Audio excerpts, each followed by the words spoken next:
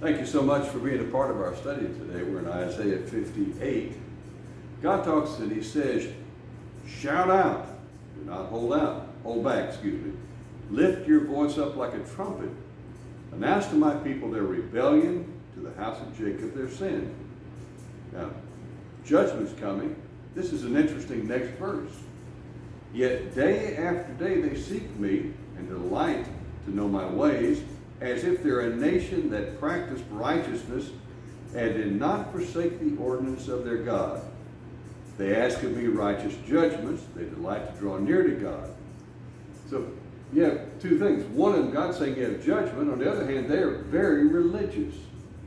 How can religious people be judged?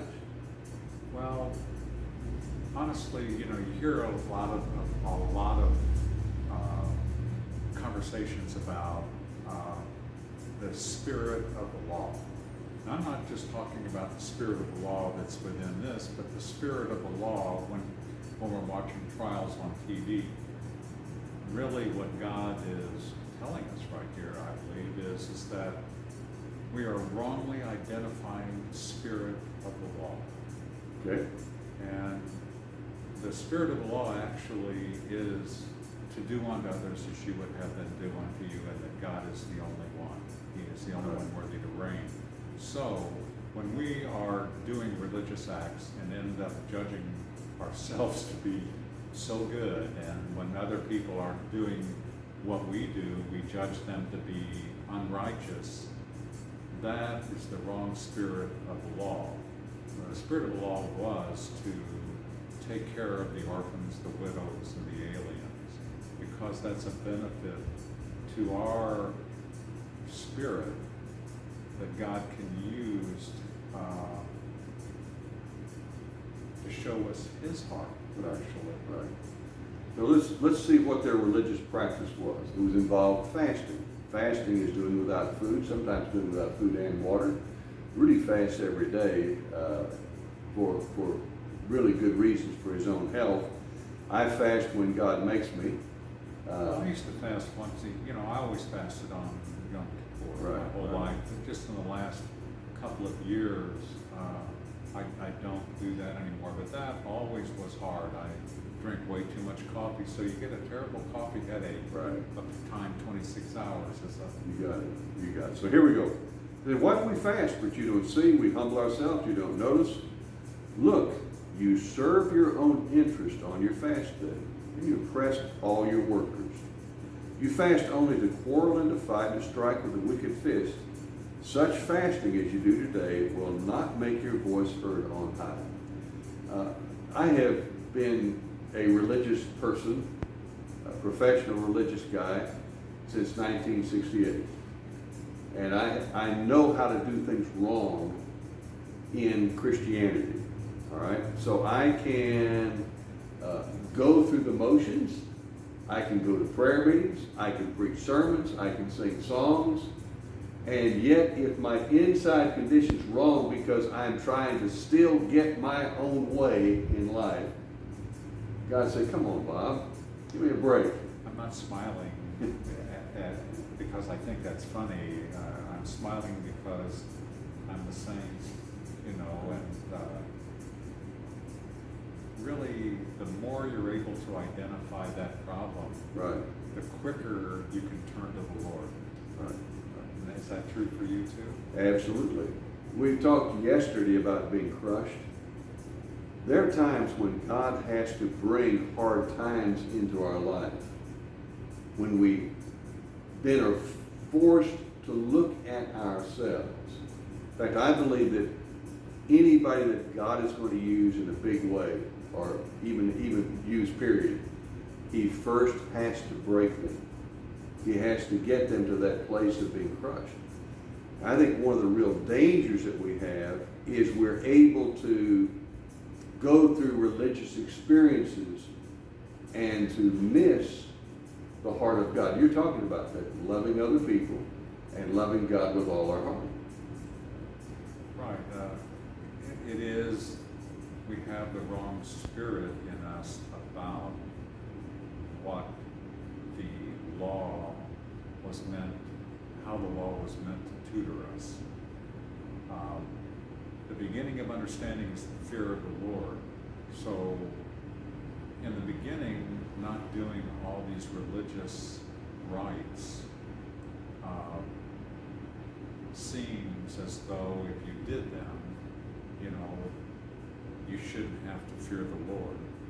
But as this process matures there is another level of understanding, because ultimately, from the fear of the Lord, His working with us is supposed to bring us to the love of the Lord and how much He loves us. Right.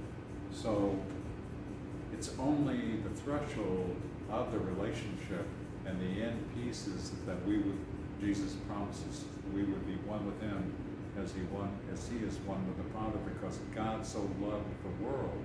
He didn't do it as a taskmaster, but He knew that this was the learning process that was necessary. We may think that this is a very strange process and there should have been a better one, but the one that is all-knowing is the one that instituted this. Therefore, it has to be the best. You got it. That's right. Let me read a couple more verses. He said, "You fast only to quarrel and fight, and strike with a wicked fist. Such fasting as you do today will not make your voice on high. Is such a fast I choose to humble oneself, to bow one's head like a bulrush, to lie in sackcloth and ashes? You call this a fast? Is that acceptable to them?" Just really quickly, there have been times when I looked like I was fasting. I had an extended fast at one time, a couple of different times, and I lost a lot of weight. And people, you know, what's going on? Are you okay? Are you healthy?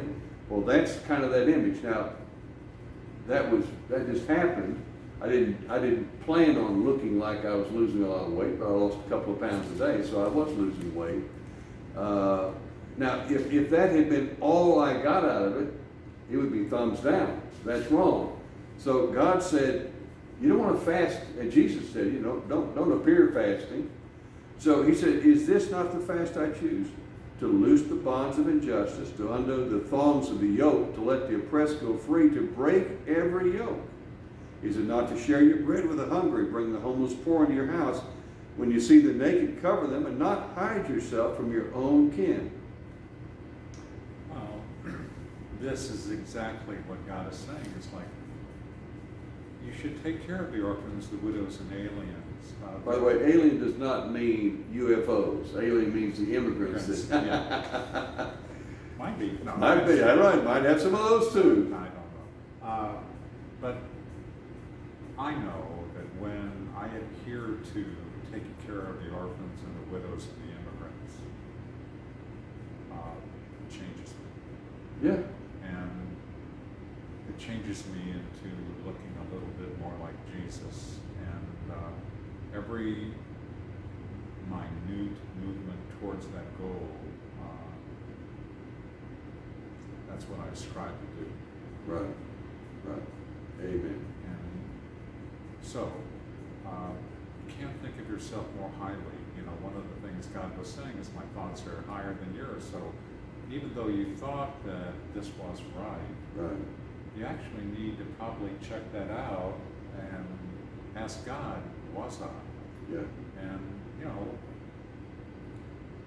maybe He'll say, you did well, my son or my daughter. Right. Sometimes maybe He will say the opposite.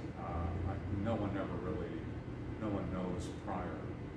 But, you know, we hammer this a lot about this eternal relationship. Right. There's no getting around it. There is great benefit in trying to adhere to the two pillars that the whole kingdom stands on: to love your neighbor as yourself and to love God with all your heart, soul, and mind. Absolutely. And with that, we're going to end. We'll be back tomorrow again with Isaiah 58. There's some great promises there. God bless you. Thank you, Rudy.